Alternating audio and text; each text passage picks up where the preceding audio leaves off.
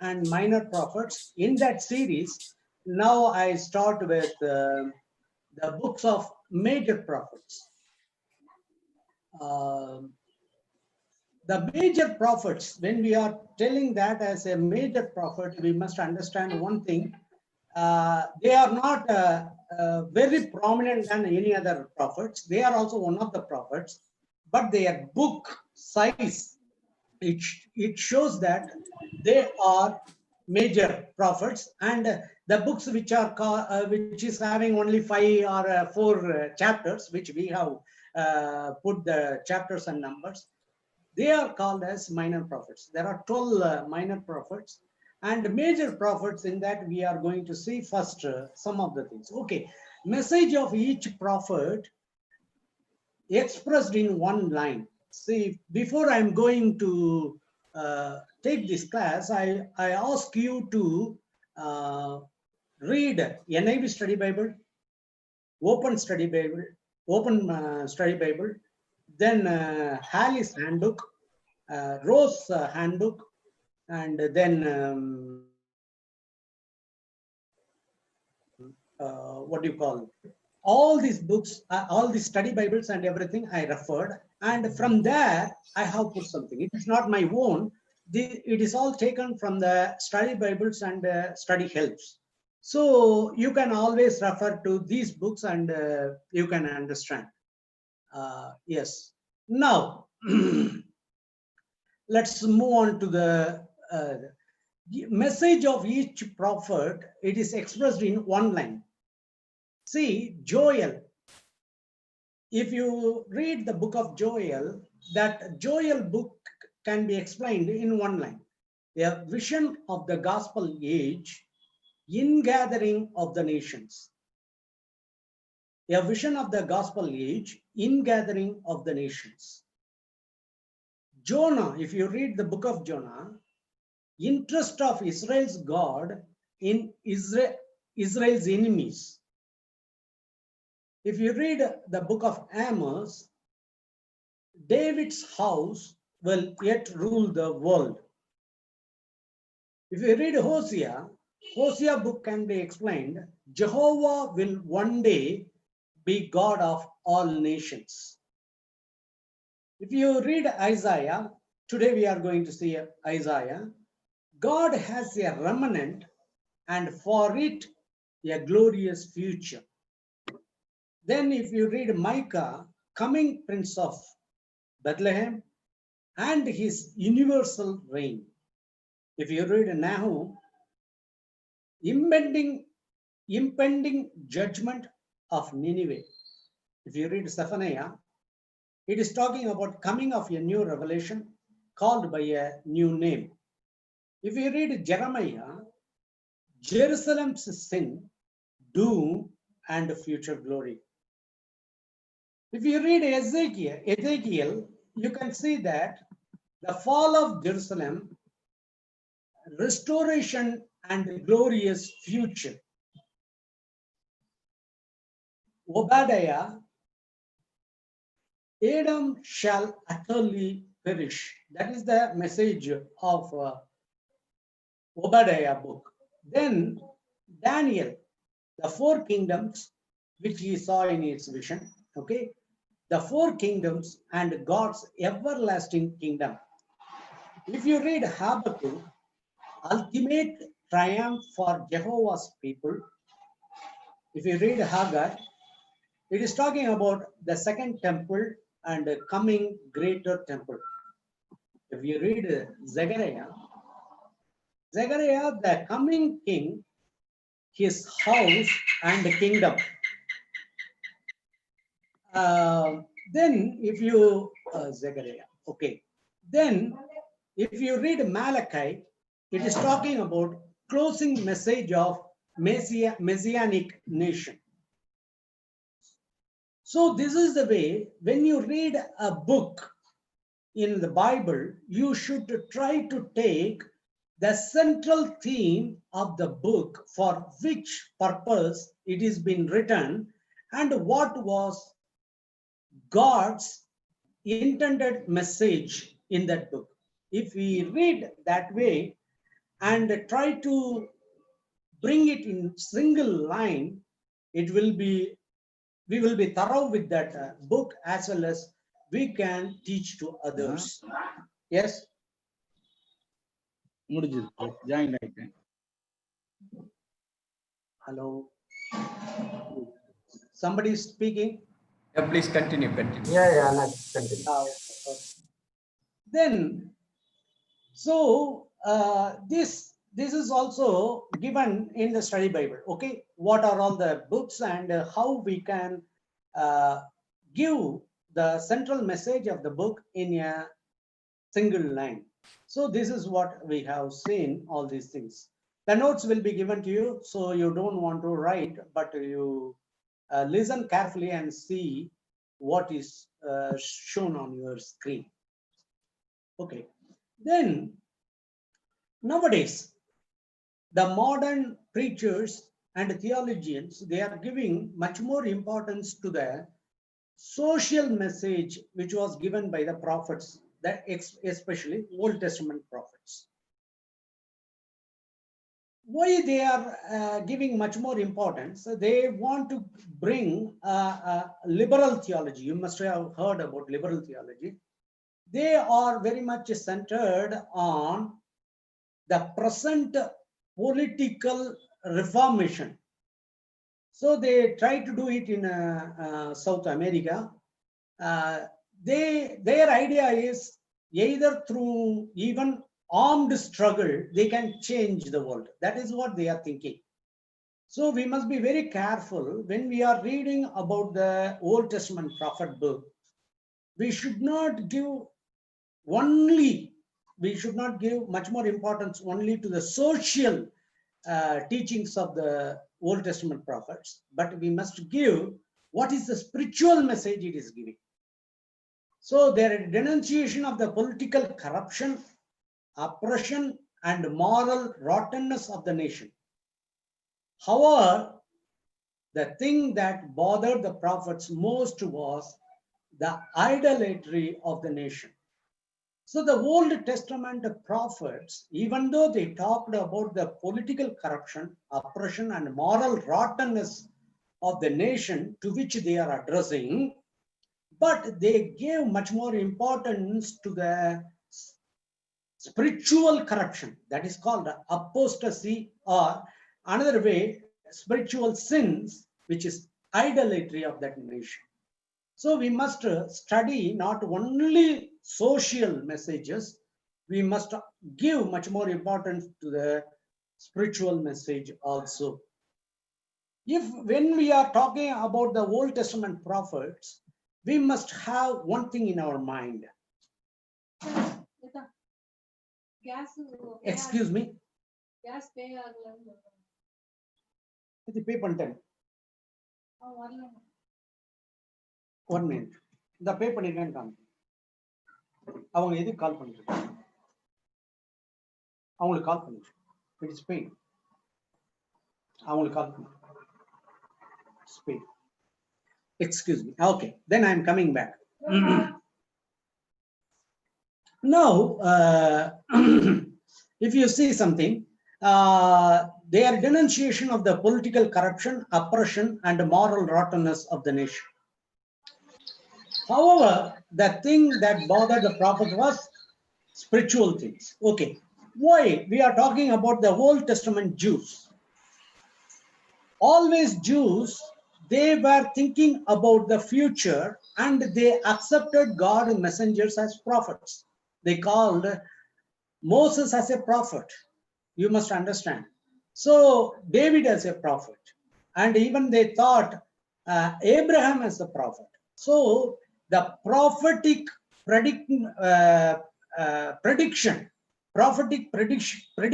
was much more important for the Jews. So they are always talking about what is going to happen in future. That was in their mind. Okay. So here we are reading that the most persistent thought in the entire Old Testament is this: Jehovah, the God of the Hebrew nation, eventually is going to become the God of all nations. they were thinking that Jehovah as their God, that is Jewish God. But God started to reveal himself from the Jews, then he revealed himself to all the nations. So, when you are reading about the prophets or prophetic messages, it starts with Jewish God, Jehovah, then it expands to God of all nations. This is what we are seeing it here. Then, my sharing,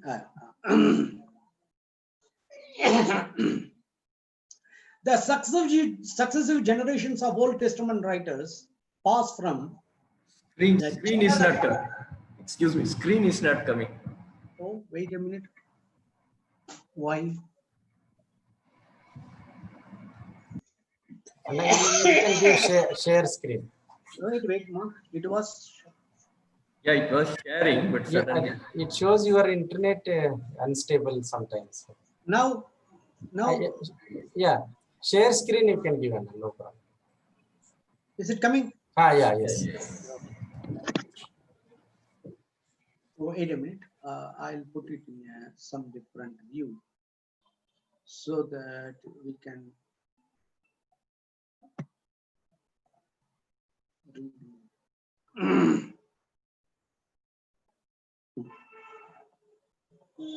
Now you can see it clearly. So, Old Testament writers pass from the general to the particular in describing the detail and manner of that accomplishment. How God is doing these things from general to particular, they are bringing it.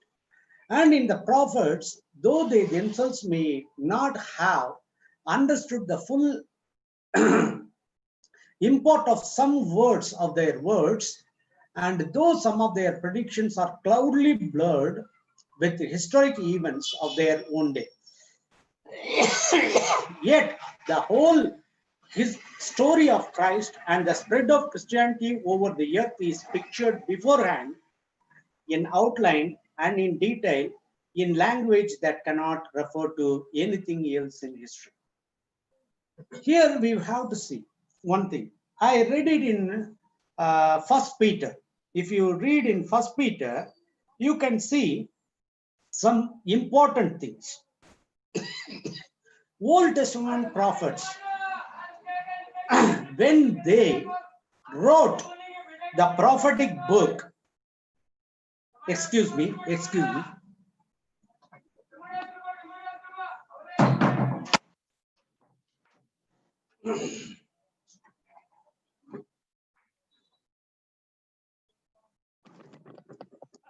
Yes, well, let's continue.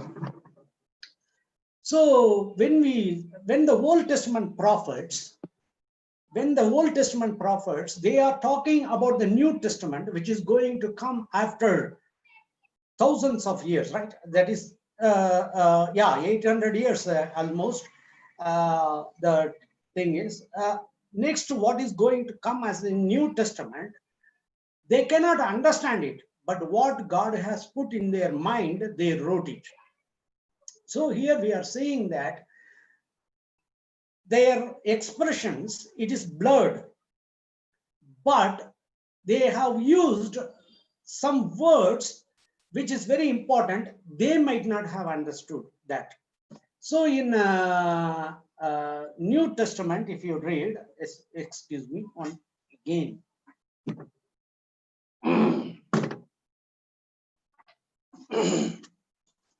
Please take to the book of First Peter. Please take to the book of First Peter. You can see that the prophets wrote the things for us, but they try to understand what they are writing, but they couldn't understand. That is also, it is written in the First Peter.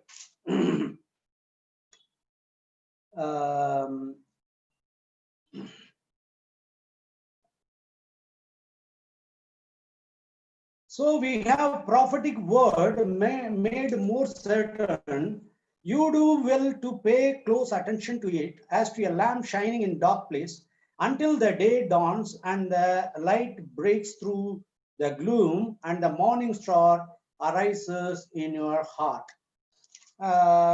Another one is here. Why we have to read the prophetic book?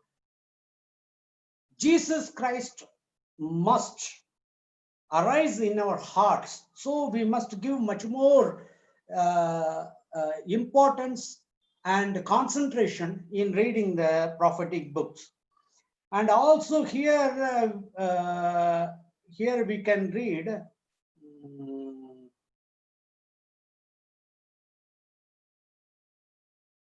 Yeah, I put it somewhere, but I forgot. Okay. So they wrote for us, but they tried to understand, but they couldn't understand completely. So their predictions are cloudily blurred with the historic events. Okay.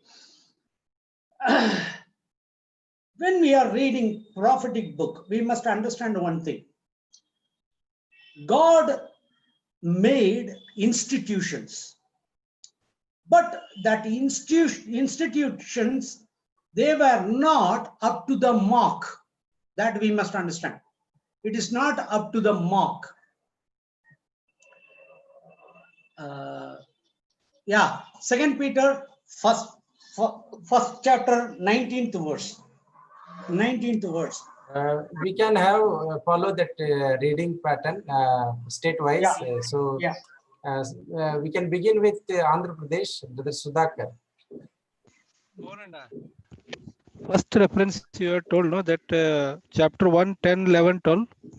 No, 2 Peter 1:19. Second Peter. No, first and I was explaining that reference he explained but not told. Yeah. First Peter 10, 11, 12 verses, no? 10, 11, 12. Yeah. Yeah, that's what. Hello. Yeah. Then now you can read second chapter. 2 Peter first chapter verse 19. Brother Sudhakar. Yes, brother. 2 Peter, first chapter, என்னாச்சு பணம் கொடுக்கணும் வேண்டியதா 9th verse. 90. 19. Okay, You can open chat in that it is given. Yeah, brother. I am reading. And we have something more sure, the prophetic word, to which you will do well to pay attention as to a lamp shining in a dark place until the day dawns and the morning star rises in your hearts. So we must always have that. Why we are reading the prophetic books? Let us read why we are reading the prophetic books. The prophets are showing there is a problem in God-made institution. God only made Israel nation. After people persisted to give a king. God gave a king. Okay, so the kings were appointed by God. The temple was formed and it was given the shape by God, and the priesthood, it is from God. But when these institutions, they faltered or stumbled in their spiritual life, prophets started to speak. You may ask one question. I always asked Brother Stanley one time, and you are called to preach revival messages. Why you have started BOM? Why you have burdened another one burden to God that he should revive BOM also? But he told, no, God gave me that thought to start BOM. It is God's thought and God will take care of it. That's what he told. When I was reading these prophetic books, it is clearly given. It is in Unlocking Bible. This sentence is in Unlocking Bible.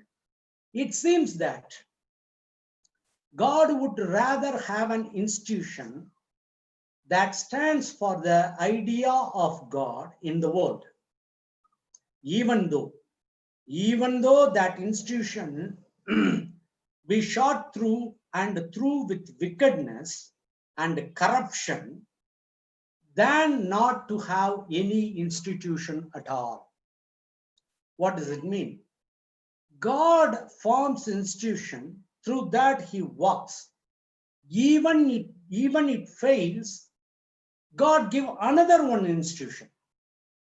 So when the mainline churches failed, para churches it came. So missionary organizations, they started to work as para church organizations. When the para churches organizations, if it fails, then some other institution will be formed to revive these both. So God never ever lost hope on institutions. So we have to understand that it is not the thought of man institutions are made, but it is thought of God. That is what we must always have in our mind. Then it's not okay. Here we are seeing that kingship and priesthood, when they failing to save the unholy holy city. Jerusalem was the holy city, it has become unholy. The prophets literally glow with the divine explanations and assurance that the collapse of God's nation does not mean the end of the God's plans. That after a period of punishment, there would be a restoration, and for God's people, a glorious future. So we must always have a hope. When the institution fails, we should not ask, why, Lord, you have started these institutions? No. We must put our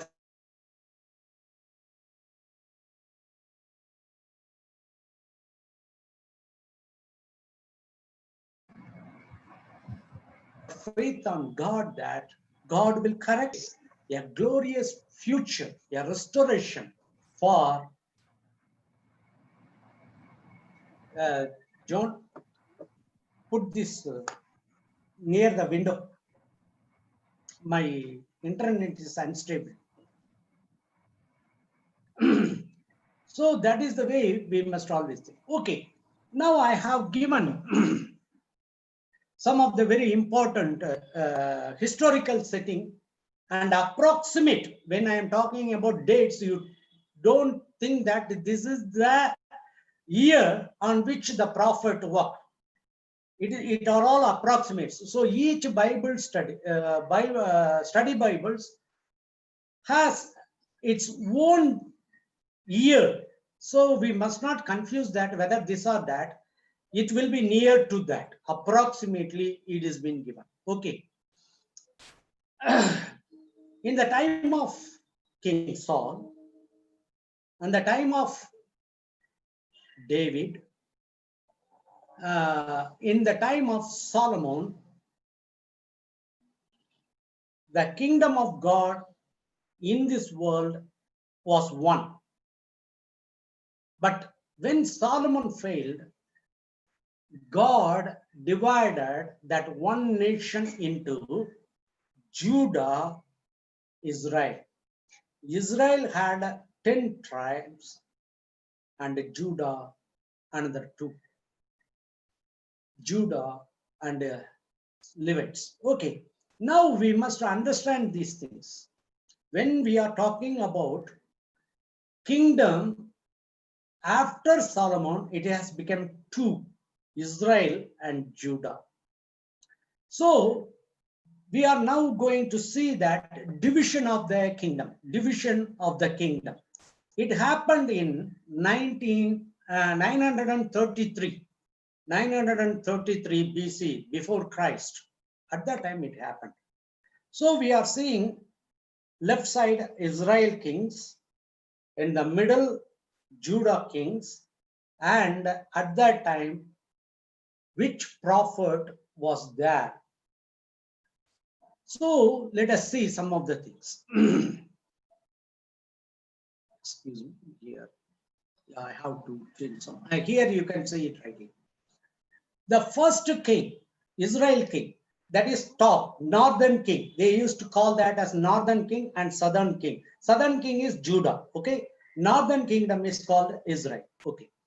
In Israel, Jeroboam, he ruled that nation from 933 to 911. At that time, if you see in southern kingdom, that is Judah, Rehoboam was there. Rehoboam was there. Then, after Jeroboam, if you see in Israel, that is top in the northern kingdom, it is Nadab. Then in southern, Abijah. Then in northern kingdom, Baasha was there. Here in down Judah, you can see that Asa. Then you can see Ela, Zimri, Omri, Ahab. At that time, Judah king was Jehoshaphat. When Jehoshaphat was ruling, at that time, prophet Elijah was there. Elijah was there. Then in Israel, King Ahaziah was there. Then Jehoram. In that time, Elisha, he was the prophet. Then if you go down, still down, you can see the rise of, at that time, here Israel is there, here Israel kingdom is there, above that Assyria. Then if you see that, okay, for you, how it shows, I don't know. Now, okay, anyhow, if you are thinking that this is Israel for you, this is Israel, here Assyria was here, and the Babylon kingdom was here, then Persia kingdom was here. This is the way. So this is Assyria, Babylon, Persia. Okay. Rise of Assyria to world power, that was happened. Okay. You must understand that Egypt was the power previously. Now Assyria has become the world power. So when Ahab and Jehoshaphat, at that time Elijah, Ahaziah, Jehoram, at that time Elisha was the prophet. Then what happened? God started to cut off Israel kings. There was no good kings in Israel. There was zero Israel king. They were good, and some kings were good in Judah. That's what we have seen. Okay. So when Joash was the king in Israel and Joash was the king in Judah, they are doubting that Joel maybe at that time he was prophesying. But some people are telling that Joel was the prophet in restoration of the temple time. So there is a question mark in that. Okay. Then Jonah was the prophet when Jeroboam II was the king of Israel and Uzziah was the king of Judah. Then Zechariah, when he was the king of Israel and Jotham was the king of Judah, Amos was the prophet. Again, you can see Hosea, Isaiah, Micah. Then this Israel kingdom, it was plundered and the people were scattered. Some people were taken into captivity by Assyria. Then what happened? Hezekiah became the king of Judah. Now Judah only, in two kingdom. One was completely, that northern kingdom was completely scattered, and there was no nation called Israel. Only Judah kingdom was there. Okay, at that time, Hezekiah was the king. Okay, then what happened in northern kingdom? If you see, end of the northern kingdom, you can see Manasseh, Ammon, and Josiah. In that time, it is completely removed. So in before that, Micah and Zephaniah were also serving as the prophet. Then if you see that in this, see here it is a gap. There was no northern kingdom. Only southern kingdom called Judah was there. When Jehoahaz was the king of Judah, at that time Nahum prophesied, and Jehoiakim, at that time Jeremiah was the prophet. Then what happened? The Assyria, the Assyria kingdom, it fell because Babylon came and captured Assyria.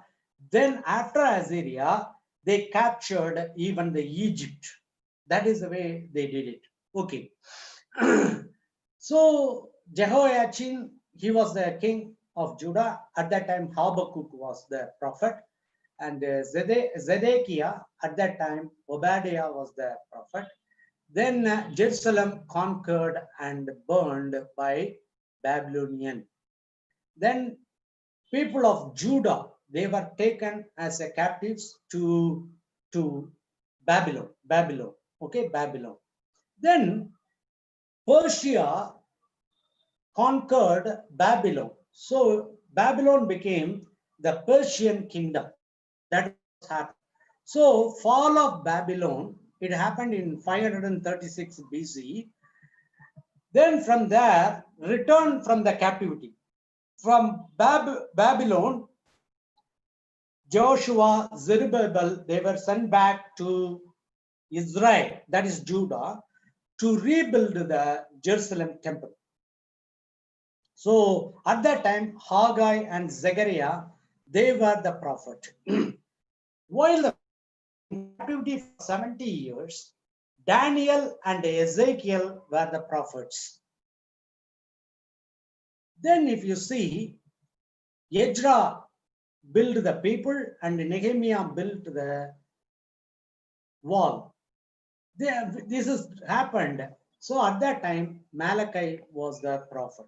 So I give you this in these notes I will give you. So you go through that. When you are reading a prophet, you must have these backgrounds. These kings were ruling either Israel or Judah. At that time, the world powers were whether Assyria or Babylon or Persia or Egypt. Those things you have to keep in your mind. Then only you can understand the message of the prophet, whom he is talking about, and what God is going to do to that nation in coming days. And at the present, at the time of prophet, whom he condemns, that is, either he is talking about Israel or he is talking about Judah. These things you must understand. So don't try to run away from these years which is given in study Bible. So this will give you a lot of input. And when I am talking about this, in our Bible, we are reading Isaiah, Jeremiah, Lamentation, Daniel. But if you see, according to their duration of life, it is not like that. After Hosea, Isaiah born, right? Sorry, at the time of Hosea, Isaiah was there. But the book arrangement is different from the lifespans of prophets. So we should not get confused with the first Isaiah born, then Jeremiah, then Daniel. That is not the way we have to take. You see these things in your mind. When you are taking Isaiah, you go to that time of the kings and that time of world power and the message and the status of the nation and what is the message of God to that particular people. This is the way we have to study prophets. Okay, some of the things, prophets and their places. Isaiah was in Judah, south. Jeremiah, south. Hosea, north. That is Israel, kingdom of Israel. Then Amos, he was in Israel. And Micah was in south, that is Judah. Zephaniah, he was in south. Jonah, he went to Nineveh, right? So Nineveh. Obadiah, he is talking about Edom. Then Nahum, Nahum, he is talking about Nineveh. And then Joel, he is talking about Judah. And Habakkuk, Judah. Lamentation, it is Judah. So Judah is called south, and north is called Israel, and Nineveh is called Assyria. This is the way you have to take. Okay. Then let's go for some other thing. The destruction of the nation was accomplished in two periods. The first one, the northern kingdom fell. It happened in 734 to 721 BC. Preceding and during this period were Joel, Jonah, Amos, Hosea, Isaiah, Micah. These prophets were in Israel. Okay. Then southern kingdom, it fell 606. Almost they are telling that 150 years after the Israel was scattered, Judah became captive for the Babylonian. So the southern kingdom fell 606 to 586 BC. In this period, where Jeremiah, Ezekiel, Daniel, Obadiah, Nahum, Habakkuk, and Zephaniah, they were the prophets. Okay. Then, when the restoration from Babylon, from the Babylon, Ezra, Nehemiah, they came. Zerubbabel. At that time, Haggai, Zechariah, and Malachi, they were the prophets. So when you are reading the books, you must understand it is before the fall of Israel, or it is during the fall, or after the fall of Israel, it is in the time of Judah. Then if it is fall of Judah, then it is in the time of captivity, or it is from the restoration. This is the way you must always keep in your mind when you are reading the book of prophets. Okay. Again, I have written to Israel, Amos and Hosea spoke. To Nineveh, Jonah and Nahum spoke. To Babylon, Daniel was the prophet. Then to captives in Babylon, Ezekiel wrote. Okay, Ezekiel. Then to Edom, Obadiah was the prophet. Then to Judah, Joel, Isaiah, Micah, Jeremiah, Habakkuk, Zephaniah. After the return from Babylon captivity, Haggai, Zechariah, Malachi. So when you are reading these books, please understand the background, whether it was in exile or pre-exile, post-exile, or in restoration time. All these things you keep in your mind and read the book, then you can understand. See, that you must understand the difference between priesthood and prophets. If you are born in the lineage of Aaron, then you can become a priest or high priest. But prophets were not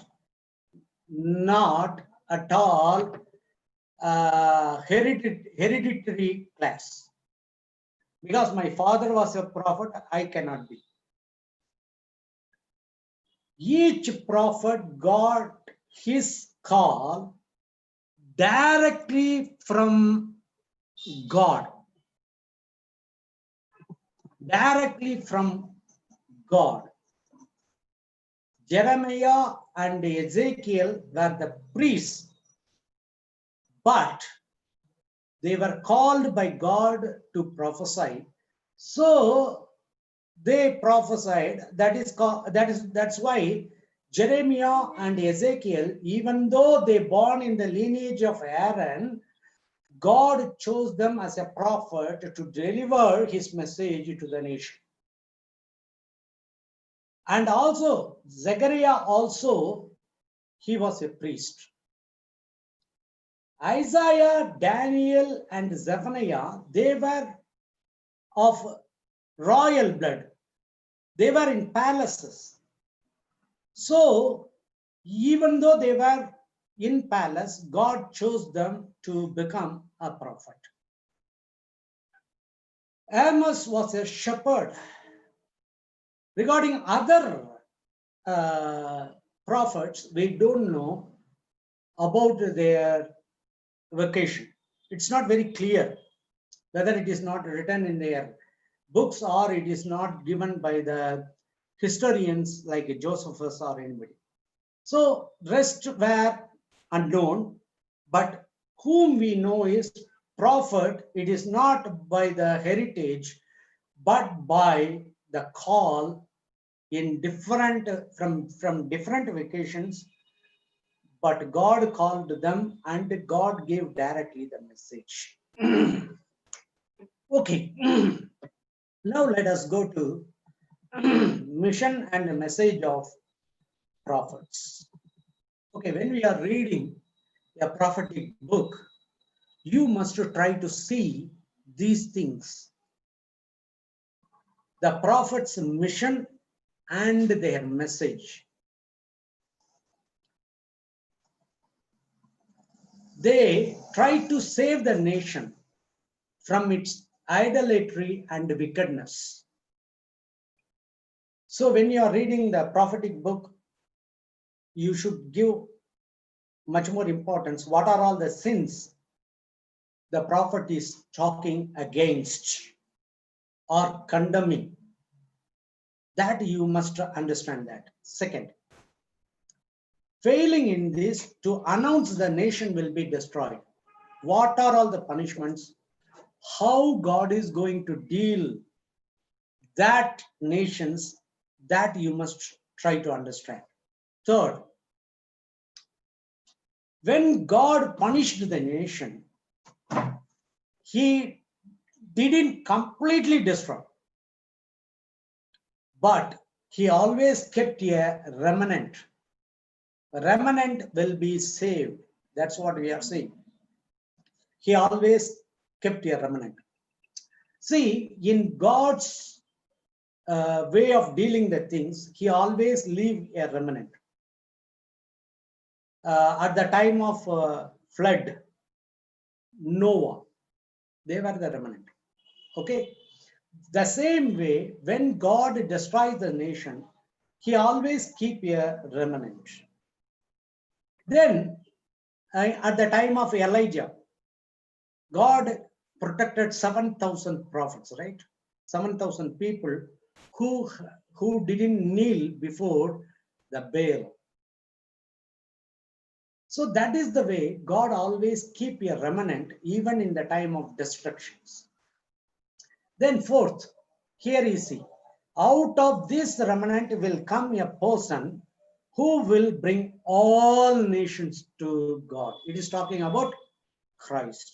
Christ will come and he will bring all nations to God. So in every prophetic book, you should try to see where Christ is mentioned. And also another one thing I want to tell you. Prophet's book is not only the message, even the life of prophet is a message that we must always keep in our mind. Some qualities of the prophets, it will show the character of Christ. So when you are reading the prophet book, you understand about the prophet, you can understand his characters reflects Christ's character. Second, the message, in that message also, you can understand what is the God's character, his expectation, and how the people failed and how God got angry over these people, and how God expresses his concern and his anger on the people, and also how God shows mercy and grace. These are all the things you should always try to understand from the prophetic books. Fifth, that person, it is talking about Jesus Christ. That person will be a great man who will one day arise in the family of David. The prophets called him the branch, the family tree of David, one the most powerful family in the world, cut down in the days of prophets to rule the kingdom that was disappearing. The family would have come back. Out of the family stock would come a branch who will become King of Kings. When you are thinking about branch, here I want to tell you another one thing also. Time is over, huh?